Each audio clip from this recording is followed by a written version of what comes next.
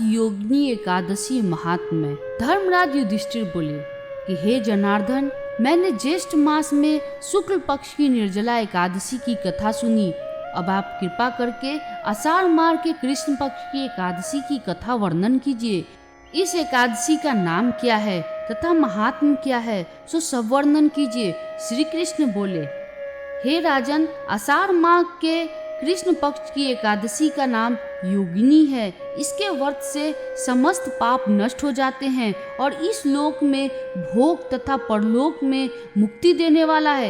हे राज राजेश्वर, यह एकादशी तीनों लोकों में प्रसिद्ध है। इस व्रत से पाप नष्ट हो जाते हैं। आपसे पुराण में कही हुई कथा कहता हूँ, ध्यान पूर्वक सुनो। अलकापुरी नाम की नगरी में एक कुबेर नाम का राजा राज्य करता था। वो शिव भक्त था। उसकी पूजा करने के लिए एक हेममाली पुष्प लाया करता था। उसके विशाल लाक्षी नाम की अत्यंत सुंदर स्त्री थी। एक दिन वह मानसरोवर से पुष्प ले आया, परंतु कामासक्त होने के कारण पुष्पों को रखकर अपनी स्त्री के साथ रमन करने लगा और दोपहर तक न गया।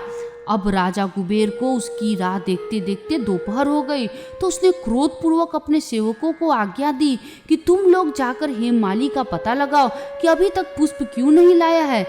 जब सेवकों ने उसका पता लगा लिया तो वह कुबेर के पास आकर कहने लगे, हे राजन, वह माली अभी तक अपनी स्त्री के पास रमन कर रहा है। सेवकों की बात को सुनकर कुबेर ने हेममाली को बुलाने की आज्ञा दी। हेममाली राजा कुबेर के सम्मुख डर से कांपता हुआ उपस्थित हुआ। उसको देखकर राजा कुबेर को अत्यंत क्रोध आया और उसके ओठ फड़फड़ाने लगे। उसने कहा, रे पापी, महानीच, कामी, मेरे परम पूजनीय ईश्वरों के भी ईश्वर शिव जी का अनादर किया है। इससे मैं तुझे श्राप देता हूँ कि तू स्त्री का वियोग भोगेगा और मृत्यु लोक में जाकर कोढ़ी होगा।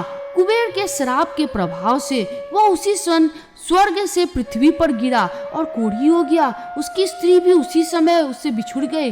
मृत्यु लोक में आकर उसने महादुख भोगे, परंतु शिव जी की भक्ति के प्रभाव से उनकी बुद्धि मलिन न हुई और पिछले जन्म की भी शुद्ध न रही।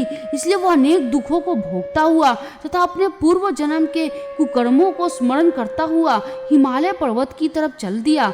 वहां पर चलते चलते मार्कंडेय ऋषि के आश्रम पर पहुंचा। वह ऋषि अत्यंत वृद्ध तथा तपशाली थे। वह दूसरे ब्रह्मा के समान प्रतीत हो रहे थे और उनका वह आश्रम ब्रह्मा की सभा के समान शोभा दे रहा था। उनको देखकर वह हेममाली वहां गया और उनको प्रणाम करके उनके चरणों में गिर पड़ा।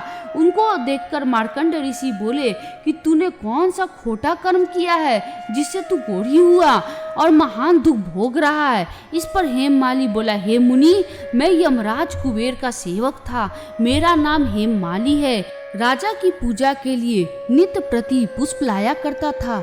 एक दिन अपनी स्त्री के साथ विहार करते करते देर हो गई और दोपहर तक पुष्प लेकर न पहुंचा। उन्होंने मुझे श्राप दिया कि तू अपनी स्त्री का वियोग भोग और मृत्यु लोक में जाकर कोढ़ी बन तथा दुख भोग। इससे मैं कोढ़ी हो गया हूँ और महान दुख भोग रहा हूँ। अतः आप कोई ऐसा उपाय बतलावे जिससे मेरी मुक्ति हो।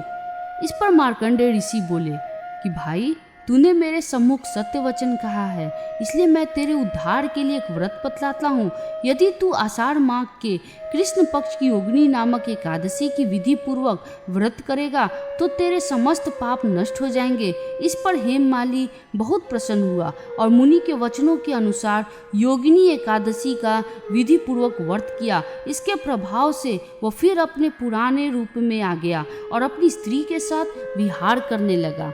हे राजन, इस योगिनी की कथा का फल 88 सहस्त्र ब्राह्मणों के भोजन कराने के बराबर है। इसके व्रत से समस्त पाप दूर होते हैं और अंत में स्वर्ग मिलता है।